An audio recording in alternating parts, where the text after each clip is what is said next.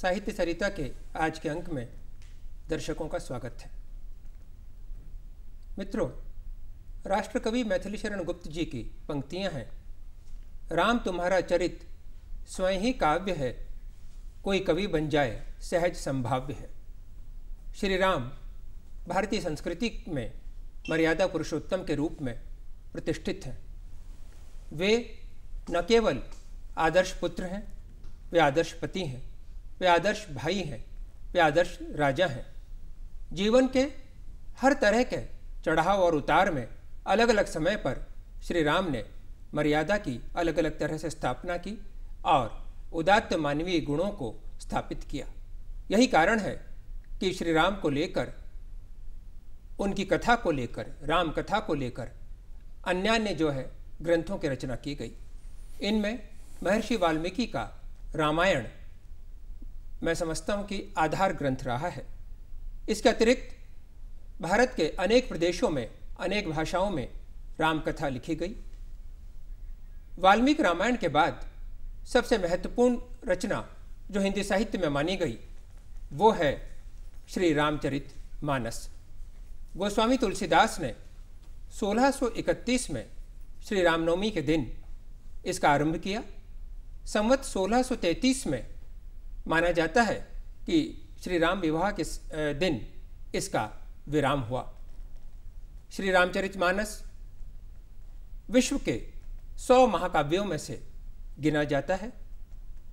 मूल रूप से यदि हम विचार करें तो उदात्त मानवता के जितनी मीमांसा हो सकती है, जितने संदर्भ हो सकते हैं, जितने आख्यान हो सकते हैं, वे इस ग्रंथ में यत्र तत्र हमें बिखरे हुए नजर आते हैं, हमें दृष्टिगोचर होते हैं। हमारा आज का विषय है श्री रामचरितमानस में उदात्त मानवता, और इस विषय पर चर्चा करने के लिए स्टूडियो में पधारे हैं श्री रामचरितमानस के प्रगाढ़ अभ्यासक, हिंदी विभाग मुंबई विश्वविद्यालय के भूतपूर्व अध्यक्ष डॉक्टर रामजी तिवारी। तिवारी सर, आपका स्टूडियो में बहुत बहुत स्वागत है। सर, आपसे मैं ये जानना चाहूँगा, चूँकि आज का हमारा विषय रामचरितमानस में उदात्त मानवता है, तो हमारे दर्शकों के लिए इन दो शब्दों की व्याख्या यदि आरंभ में कर दी जाए, उदात्त से हमारा तात्पर्य क्या है, मानवता से हमारा तात्पर्य क्या है, शाब्दिक अर्थ के परे हम इसको किस रूप में आप देखते हैं? संजय जी, मानवता वस्तुतः एक ऐसी चीज़ है जिसे हम मानव का धर्म कह सकते हैं। मानव का धर्म अर्थात मानवता। मानवता जी। धर्म अर्थात उसका आदर्श कर्तव्य। जी। तो मनुष्य सही अर्थ में अपने को मानव के रूप में परिभाषित करे, इसके लिए ज़रूरी है कि उसमें मानवता हो। मात्र शरीर से कोई आदमी आदर्श मानव नहीं बन सकता जी। उसमें मानवता परिभाषित करती है मनुष्य को।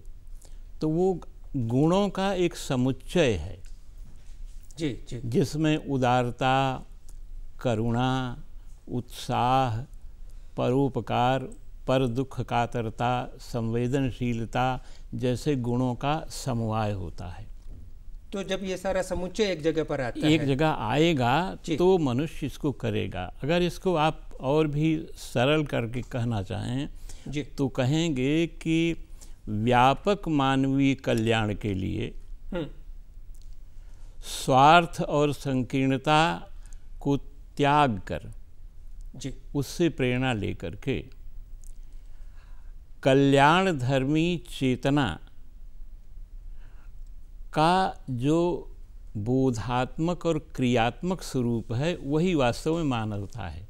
बहुत महत्वपूर्ण बात कही आपने कि तो बोधात्मक और क्रियात्मक मतलब या क्रियावान सा पंडिता और बोध करेगा तभी क्रिया आएगी जी। तो इसलिए मानवता को अगर हम इस तरह से परिभाषित करें तो वही मानवता है। लेकिन एक शब्द आपने दूसरा किया, उदात्त जी।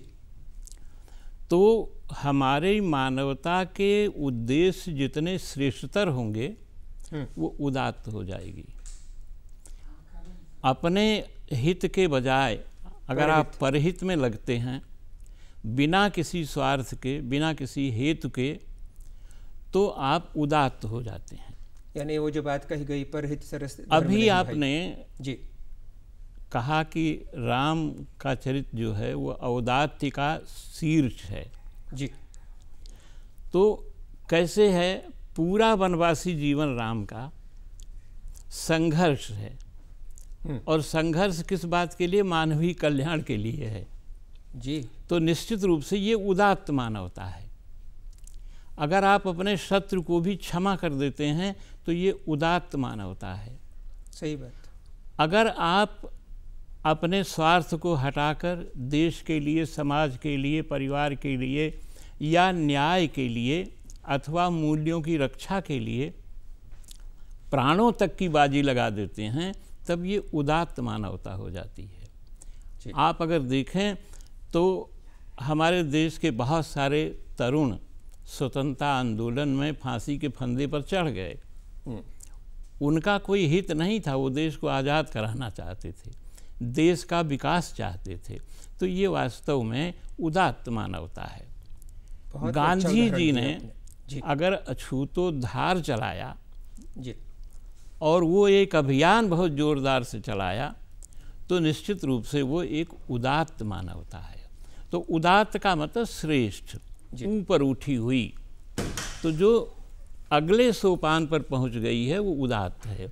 तो मानवता एक गुण है, श्रेष्ठतर हो जाने पर वो उदात्त मानवता का रूप ग्रहण कर लेती है। लेकिन एक बात इसमें आपको ये बताएं कि हमने कहा कि वो धर्म है। कई बार क्या होता है कि जैसे हमारे यहाँ दधीच ने, कर्ण ने दूसरे की भलाई के लिए दान कर दिया जी, उसी तरह से ऐसे भी लोग हुए जो कर्तव्य का पालन न किए।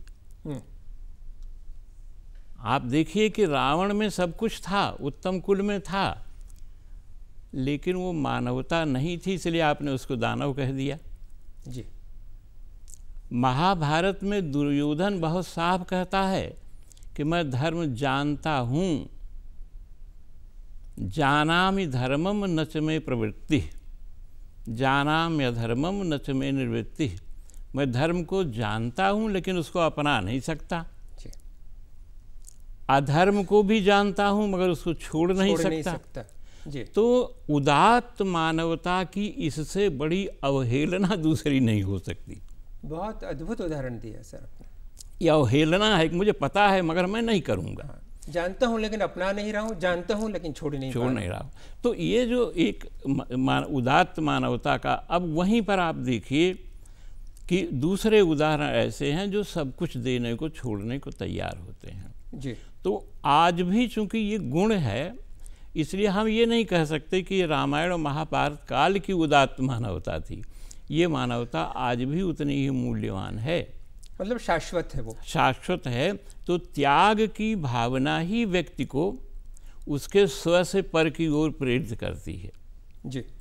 तो त्याग भाव नहीं होगा तो उसके बदले में स्वार्थ भाव होगा, स्वार्थ होगा तो ईर्ष्या होगी, द्वेष होगा, संघर्ष होगा और अराजकता होगी जी। तो इस तरह से हम ये आदर्श जो मानवता की बात करते हैं, उदात्त मानवता की, और मैं समझता हूँ कि रामचरितमानस के संदर्भ में अगर इसकी बात कही जाए जी, तो उदात्त मानवता का वो श्रेष्ठतम उदाहरण है।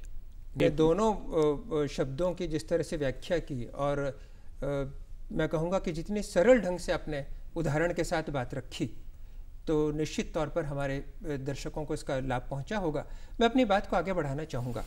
उदात्त मानवता की जब हम बात कर रहे हैं तो एक श्रेष्ठतर मनुष्य, यानी अगर मैं उस समय के सामाजिक मूल्यों की बात करूं तो हम संत शब्द का प्रयोग कर सकते हैं। और ये मैं ऐसा इसलिए कह रहा हूं क्योंकि गोस्वामी जी ने इन गुणों के पालन करने वाले को मोटे मोटे तौर पर आदर्श मानव या संत कहा, और वहाँ जो है उन्होंने संतों के लक्षण का उल्लेख किया है जी। आप जैसा जिस तरह से आपको कंठस्थ है उस तरह का ज्ञान हम लोगों को नहीं है, तो कुछ जो उनके शब्द हैं वो मैं यहाँ बताना चाहूँगा। गोस्वामी जी ने अरण्य कांड में इसका उल्लेख हुआ है कि षट विकार जित अनग अकामा, अचल अकिंचन सुचि सुख धामा, अमित बोध अनिहि मित भोगी, सत्य सार कवि को विद जोगी। इसके अतिरिक्त फिर वो सारी एक श्रृंखला है जिसमें संत किस तरह का हो। यानी मुझे ये लगता है कि जो बात आप कह रहे थे कि उदात्त मानवता, जो उदात्त मानवता के पथ पर चल रहा है, क्या वही संत है? क्या इस रूप में ये बात गोस्वामी जी कहना चाह रहे थे? उन्होंने ये बताया कि संत का जो स्वभाव है वो मूल में परहित का है। वो कहते हैं कि संत के स्वभाव की तुलना नवनीत से दी जाती है। संत हृदय नवनीत समाना, कहा कबिन पर कह ही न जाना। कवियों ने कह तो दिया, मगर गोस्वामी जी कहते हैं कि कहते बना नहीं। सही बात। कारण क्या है? कहते हैं निज परिताप द्रवई नवनीता। मक्खन तब पिघलता है जब उसको आँच दी जाती है, लेकिन पर दुख द्रवई सुसंत पुनीता। वाह। दूसरे के दुख में जब द्रवित होता है तो वो वास्तव में संत होता है जी। अब यह गुण चाहे राजा में हो, नेता में हो, सामान्य व्यक्ति में हो, अगर ये है तो वो संतत्व है। इसलिए गोस्वामी जी जहाँ भी आदर्श मानवता की बात आती है तो उसको संत से जोड़ना चाहते हैं जी। उनका आशय ये नहीं है कि जो बीतराग है, काषाय वस्त्र पहना है, वही संत है।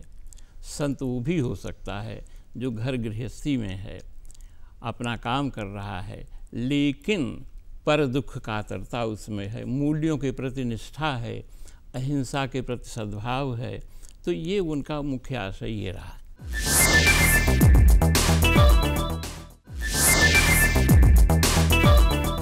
मुझे ऐसा लगता है कि इसी के विस्तार के रूप में यदि हम चर्चा करें तो शबरी का जो प्रसंग है और शबरी को समझाते हुए श्री राम ने जो नवधा भक्ति की बात कही, क्या हम नवधा भक्ति को इसके विस्तार में देख सकते हैं? इसी बात के विस्तार के रूप में इसको समझा जा सकता है? ऐसा है कि नवधा भक्ति जो है जी, ये मूलतः श्रीमद् भागवत की कल्पना है, वहाँ दी गई है जी। गोस्वामी जी ने उसको कुछ बदला, उसके क्रम को भी बदला और वो सबरी जी को उसको समझाते हैं।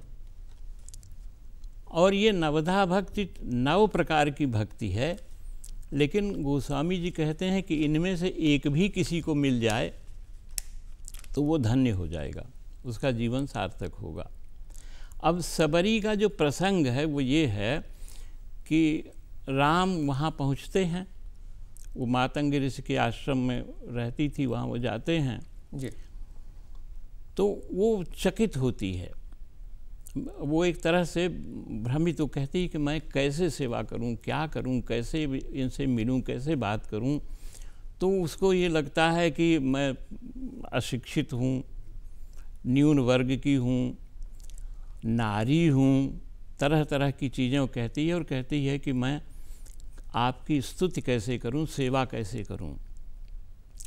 तो कह रघुपति सुनु भामिनी बाता, मोकह एक भगति कर नाता। मैं दूसरा नाता मानता ही नहीं हूँ जी। ठीक है जी। तो भक्ति का नाता मानती हूँ और कुछ नहीं मानती। तो और कुछ में क्या नहीं मानती?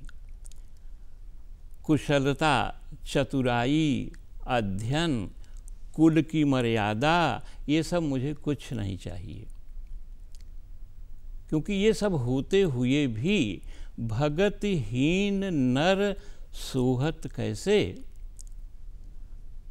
बारिद बिन नभ जल बिन जल बारिद जैसे। हाँ। तो अब वो जैसे बिना बादल का पानी, तो सारा कुछ हो करके भी कुल धर्म हो, गुण हो, बड़ाई हो, लेकिन अगर उसमें भक्ति नहीं है तो सब निरर्थक है। तो सब निरर्थक है जी।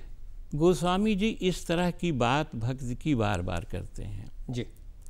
और भक्ति से मतलब उनका आशय क्या होता है ये भी हमें ध्यान से समझना चाहिए।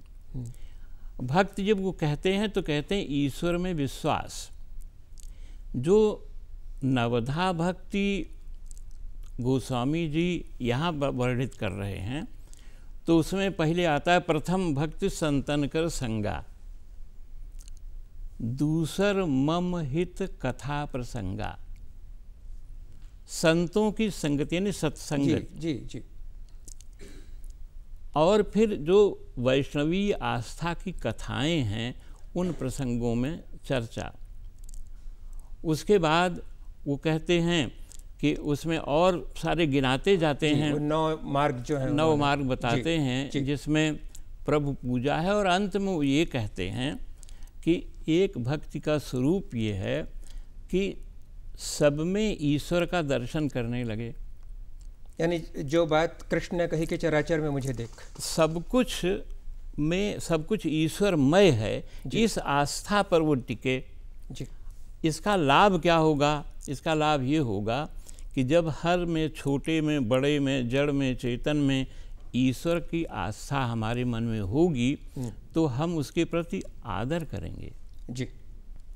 जब गोस्वामी जी ने कहा कि सीय राम मैं सब जग जानी करऊँ प्रणाम जोर जुग पाणी, तो उनका आशय यही था कि सभी आदरणीय हैं, और मान लीजिए कि सभी आदरणीय हैं तो अन्याय, अहिंसा इसका प्रश्न ही नहीं उठता। मतलब विषमता वाला जो है मसला वो वहाँ पर होगा नहीं।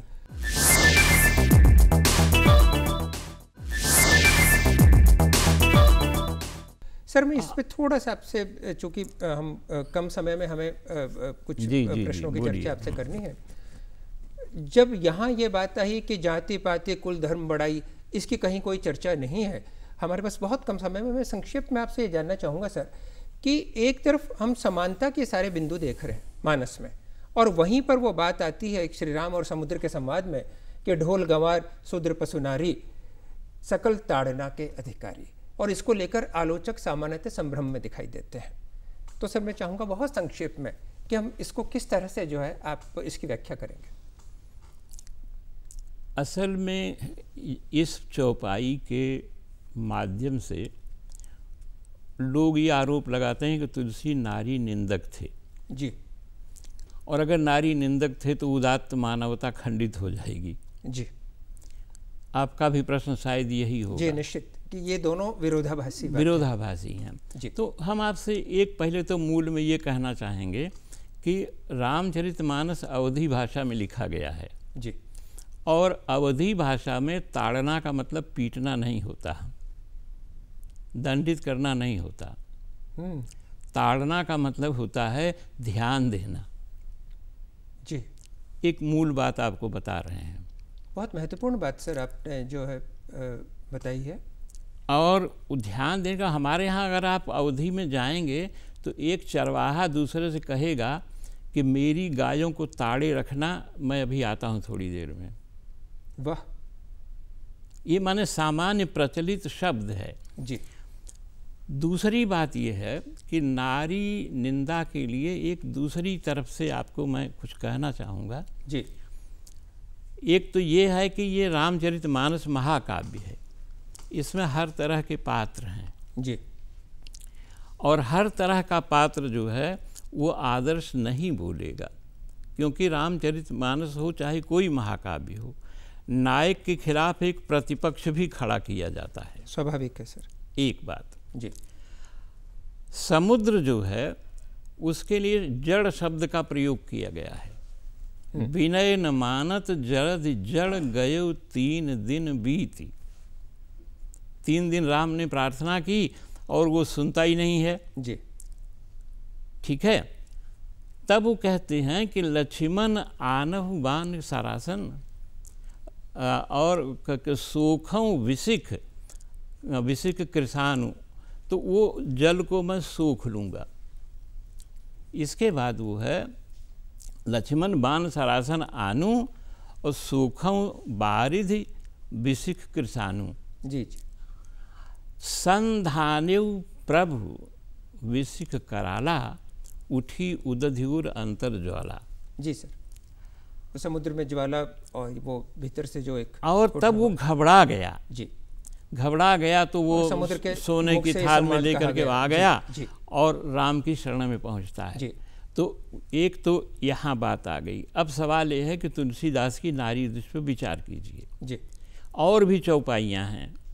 रावण मंदोदरी से कहता है कि नारी स्वभाव सत्य कभी कहीं, अवगुण आठ सदा उड़ रहीं। क्यों कहता है? क्योंकि मंदोदरी कहती है कि तुम सीता को वापस कर दो जी। अब देखिए, मंदोदरी सही है या रावण, ये आप तय करें। तारा बाली को समझाती है, वो नहीं मानता है। सीता और पार्वती ये शक्ति स्वरूपा हैं। अनसुईया का उदाहरण आपके सामने मानस में है, लेकिन केवल एक उदाहरण आपको दूंगा कि राम को वनवास हुआ तो राम माता कौशल्या के पास जाते हैं जी। और कहते हैं, पिता दीन मोहि कानन राजू, पिता ने मुझे वनवास दिया है। और कौशल्या प्रतीक्षा कर रही हैं कि मैं बच्चे को सजाऊंगी, आज उसका राज्याभिषेक होने वाला है जी। और कौशल्या तुरंत अपना निर्णय देती हैं, जो बन जान कहु पितु ताता, तो जन जाहु जानी बड़ी माता। अगर उन्होंने, पिता ने कहा है तो मैं उसे निरस्त करती हूँ जी। और जो पितु मातु कहु बन जाना, तो कानन शत अवध समाना। लेकिन अगर माता, अभी कौन माँ है यहाँ पे? जी, कैकेयी के लिए कह रही है ना जी। और कैकेयी कौन है? सपत्नी है जी। तो सपत्नी के लिए भी इतना आदर भाव वो उनके मन में है और उसका अधिकार इतना है जिसे वो निरस्त नहीं कर सकती। ये वास्तव में नारी दृष्टि है तुलसीदास की। सही बात है सर। सर आपने बहुत संक्षेप में लेकिन बहुत ही महत्वपूर्ण विषय पर, क्योंकि ताड़ना का अर्थ और गोस्वामी तुलसीदास की नारी विषयक दृष्टि, इस पर बहुत महत्वपूर्ण चर्चा हुई। लेकिन मित्रों, मैं आप लोगों से कहना चाहता हूँ कि रामचरितमानस, जैसा कहा जाता है कि अनन्य महाकाव्य है, 2 वर्ष 7 महीने और 26 दिन में गोस्वामी जी ने इसे पूरा किया था। और मैं ये मानता हूँ कि इस तरह की चर्चाओं से चिंतन के लिए व्यक्ति प्रवृत्त होता है और चिंतन चेतना को जागृत करती है। और मनुष्य की जब चेतना जागृत होती है तो निश्चित तौर पर उसकी यात्रा जो है वो उदात्त मानवता की तरफ होती है। तिवारी सर, आज आप स्टूडियो में आए, आपने समय दिया और आपके संवाद से, आपकी बातों से हमारे दर्शक लाभान्वित हुए, इसके लिए आपका बहुत बहुत आभार।